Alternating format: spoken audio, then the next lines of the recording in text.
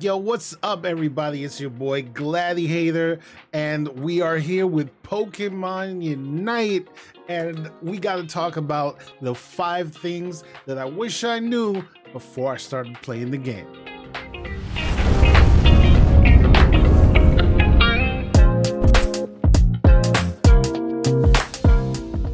Number 1, do not waste any type of currency on your fit until you've gotten like the items and Pokemon that you're looking for.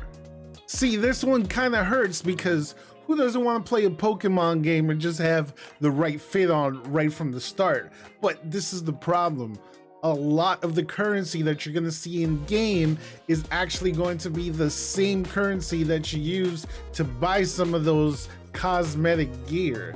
Now, if you're going to spend money on the game and you want to go crazy on it, that's one thing.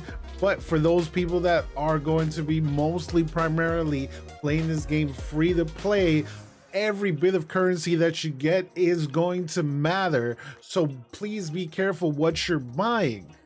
There is some currency in the game that's specifically made just for buying those cosmetic pieces for your avatar, but there are pieces that you can use some of the in-game currencies that you also use for the other items, so just be careful on what you buy. Because remember, what's the point of looking fresh but you're still in last place? You don't want to come out looking like a Honda Civic that just looks crazy on the outside but has nothing in the interior. You gotta get those wins. You gotta be that Pokemon master. Number 2, be careful what you buy because you actually might get it for free. Sometimes when you get into a game, you might be overwhelmed with some of the options that actually exist in there, having to know what menu's this and what menu's that. So you might want to get right into the nitty-gritty of what you're looking for, saying like, hey, I just really want that Pikachu. No matter what, let me get it and just spend the money or whatever I want to do for it. But hold on, there's actually challenges in the game that are going to reward you with that already in it. And when you look at the game, there is actually a 14-day reward system built into it that is going to give you certain Pokemon for free.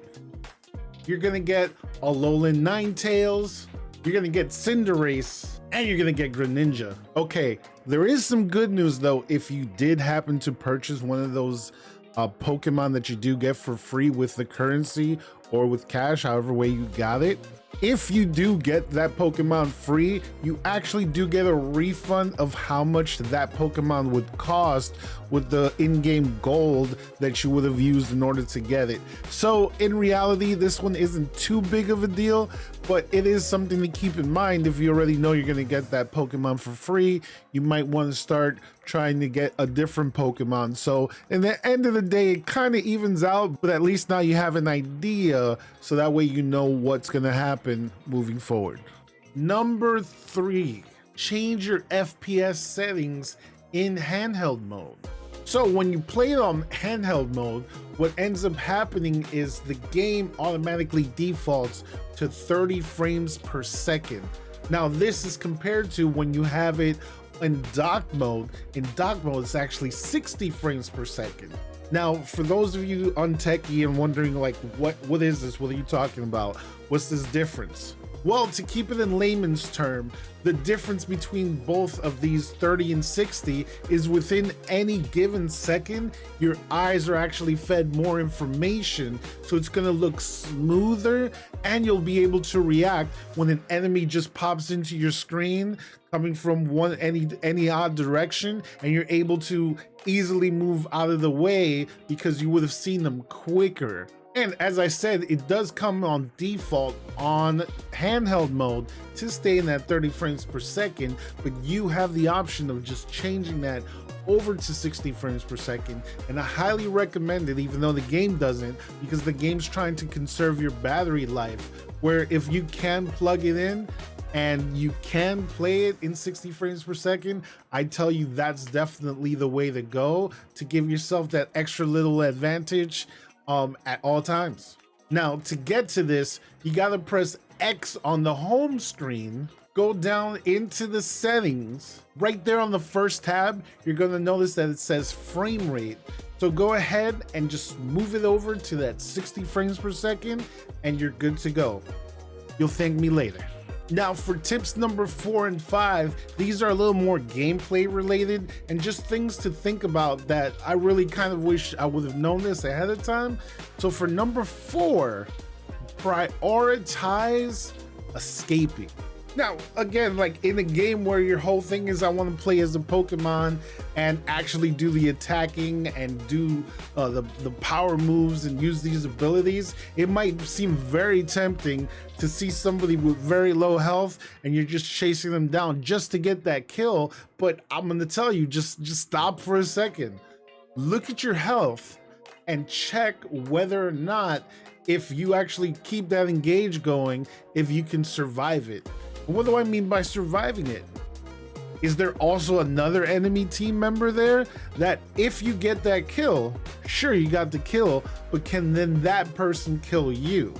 Now, the reason why we would look into something like that is actually very simple, because this game is all about scoring and defending.